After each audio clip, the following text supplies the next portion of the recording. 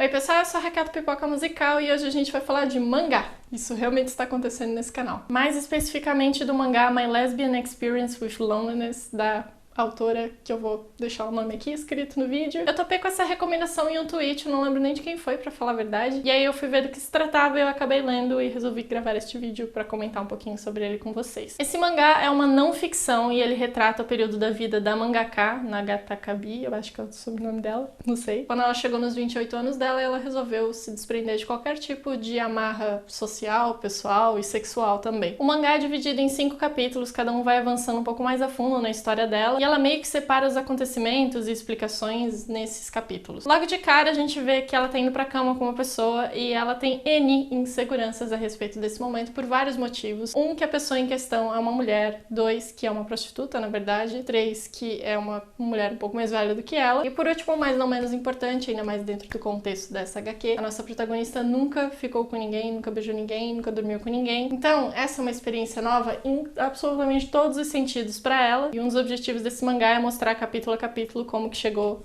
do que aconteceu no primeiro. O mangá é muito delicado em abordar algumas questões, em especial no que diz respeito à saúde mental da protagonista. A gente vê que ela passou boa parte da vida dela se sentindo deslocada, desmotivada, como se ela não pertencesse a lugar nenhum. E cada pequena conquista dela sempre era destruído, sabe? Aquele castelinho de carta que alguém vem e assopra. Tudo por causa de algum comentário, de alguma coisa assim, algum olhar meio diferente, principalmente dos pais dela. A autoconfiança dela é minada o tempo todo, sem que os pais notem, muito provavelmente. E ela busca empregos que aceitem determinadas características nela só para descobrir que no mercado de trabalho não é assim, é 880, ou você veste a camisa mesmo ou você não precisa vir no dia seguinte. Eventualmente ela se distancia das pessoas, das coisas, ela não come direito e ela fica fraca, e ela se recupera, ela estabelece uma rotina decente mais uma vez, e aí ela flopa nesse objetivo, mas é nítido que muito do que ela faz, se não tudo o que ela faz, é sempre para obter a aprovação dos pais dela, e é uma cobrança interna que ela tem para atingir padrões que ela acha que os pais dela impuseram de alguma forma, mas na verdade são aquelas amarras que a gente tem dentro da nossa cabeça. E isso, claro, inibe inclusive a vida sexual dela, então aos poucos a gente vai vendo como que chegou naquele primeiro capítulo onde ela está na cama com uma pessoa estranha, tendo vários tipos de experiências que a maioria das pessoas tem aos poucos ao longo da vida, mas tudo ao mesmo tempo, de uma vez só. My Lesbian Experience with Loneliness foi trabalhado numa paleta só de 2 cores, então tem esse desenho branco e aí toda essa pinturinha rosa. Achei o traço dela uma gracinha, combinou também com as cores ali, e justamente pelo fato do desenho dela não ter, assim, muitos detalhes, as cenas que seriam talvez impróprias para menores de 18 anos, elas não assumem nenhum tipo de caráter erótico, sabe? Não é na intenção de deixar você empolgado lendo aquilo, sabe? É só realmente para ajudar a contar a história dela. O sexo é uma parte muito, muito importante dessa história. Se você tirasse isso simplesmente, ou se você contasse de uma outra forma, ficaria vazio, ficaria um grande buraco no meio do quadrinho. Então você pode achar num primeiro momento que o sexo tá lá como um apelo, uma coisa gratuita, mas na verdade ele realmente é intrínseco da história, ajuda a narrar e ajuda a gente a entender. Ele não tá ali simplesmente para você ver 2 pessoas nuas na cama. O que eu mais curti, além do visual e das cores do mangá, foi essa forma escolhida pela autora para narrar a vida dela, sabe? A escolha desse recorte de saúde mental, de sexualidade juntos, sem ser forçado demais ou sem ser triste, sabe? Justamente por conta das temáticas que ele aborda. A única coisa que eu não curti foi realmente o final, assim. E não é o final pelo final, porque,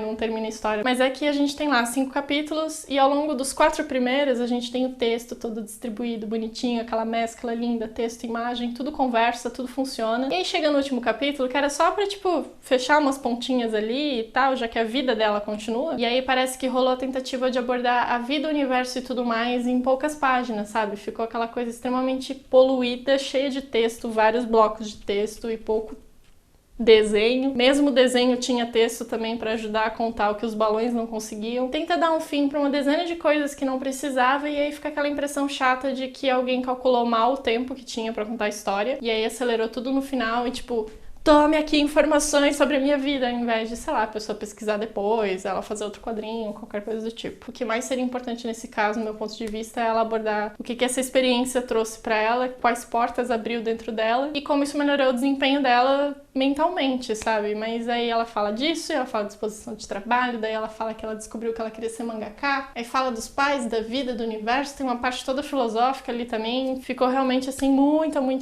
coisa, e foi um ponto que me desagradou bastante, porque eu tava curtindo muito a forma como ela conduziu tudo, até que chegou no final e...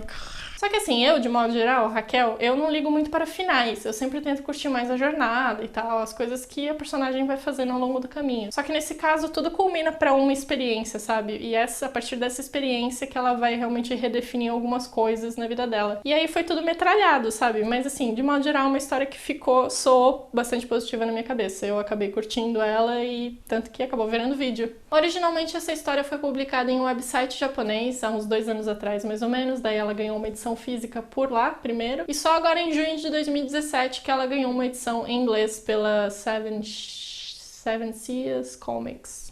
Pelo que eu entendi, ela era publicada em capítulos por lá, e aí essa edição americana ela é um volume único, com todos os capítulos, material extra também. Então, por enquanto, o mangá só tá disponível em inglês. Eu vou deixar aqui no box de descrição o link pra vocês encontrarem ele mais fácil. E eu acho que é isso aí. Se você gostou desse vídeo, deixa um like, deixa um comentário, e eu vejo vocês no próximo vídeo.